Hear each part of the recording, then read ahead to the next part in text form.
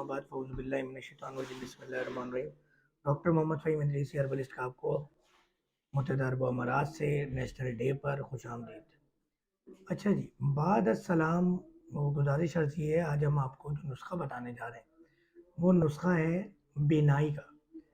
अगर मैं ये कहूँ ना कि अगर ये आपको ओरिजिनल चीज़ मिल जाए और आपकी खोई हुई बीनाई भी वापस आ सकती है, कमज़ोर बीनाई तो दूर की बात, और ख़ास तौर पर डायबिटिक पेशेंट के, तो ये गलत नहीं होगा। आपने सीसा नमक लेना है, सीसा नमक ओरिजिनल, किसी भी पंसार से उसको बारीक पीस लेना है और सुरमेदानी में डाल लीजिए। और सुरमेदानी की जो सिलाई है जिससे आप सुरमा लगाते हैं, रात को सोते वक्त, सुबह नहार मुँह, दोपहर खाने के 2 घंटे बाद अगर आपने ये लगा लिया, यकीन कीजिए चंद दिनों में आंखें चार चाँद लग जाएँगे। अस्सलामु अलैकुम व रहमत